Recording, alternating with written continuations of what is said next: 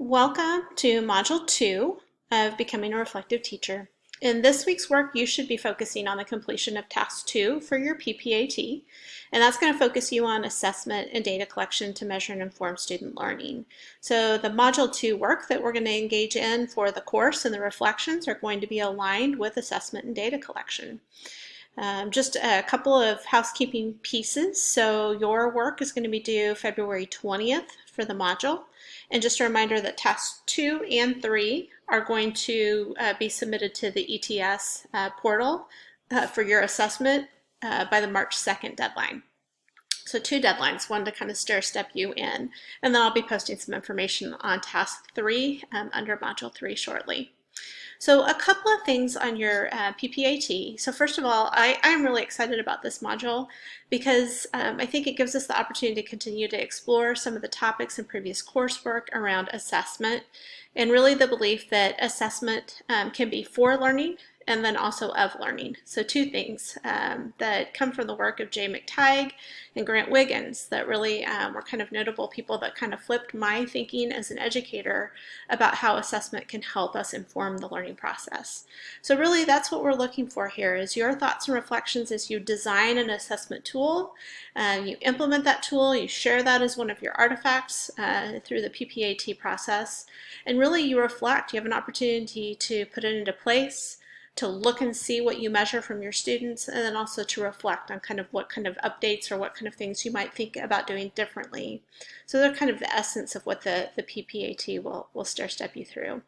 Just another kind of reminder as you're looking at completing your task work to de-identify your students. Make sure that you are using an anonymous, you're not using actual student names. If you share any artifacts that might have a student name, make sure that you black it out or mark it out, cover it up.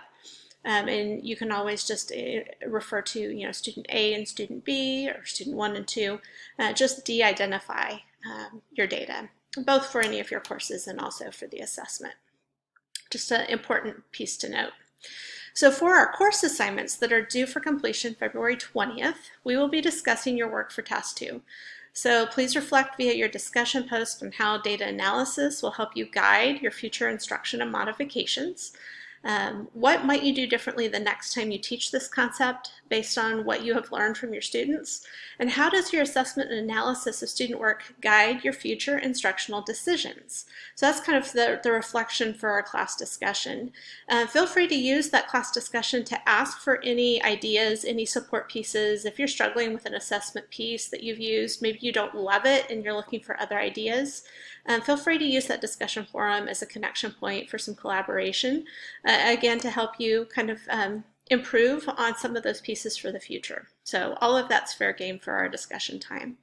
For the journal assignment, you will consider your future work to improve student assessment and consider what specific program development or professional development may be needed to help you improve your ability to conduct data collection and analysis in the future. And then finally consider what other assessment tools you could use that would also help you be effective in your instruction and student learning. One of the things that might be a good reflection piece is as you're getting started in your first year or 2 of teaching, and maybe you have a desire to implement more projects that are a little bit broader in scope and sequence, developing those assessment tools and fine-tuning them take time. So maybe that's a goal that you hold for yourself, is to reach that continual improvement and maybe develop some more projects that would have rubrics that will also help inform the student of expectations, but also allow you to have a solid tool to assess the learning. So those are just a couple of thoughts on the journal assignment. So just a reminder, continue to use your Google Doc that we've set up and we're sharing back and forth. Know that if I provide any comments that you don't have to answer all of them, don't feel like you have to take the time. A lot of my comments are just to kind of expand your thinking or even to validate some of your thinking. So it's up to you how you want to interact with those. But responses to all of them are not a requirement. So I would just encourage you to place a page break after your entry and start a new entry so it keeps it clean for each of our modules, and we'll continue to work through that and provide feedback. So I will sign off and just wish you all a great week. Good luck as you begin the work into Task 2, and stay tuned for Module 3, Task 3 information that will follow in the next module. Take care. Let me know if you have any questions. Reach out.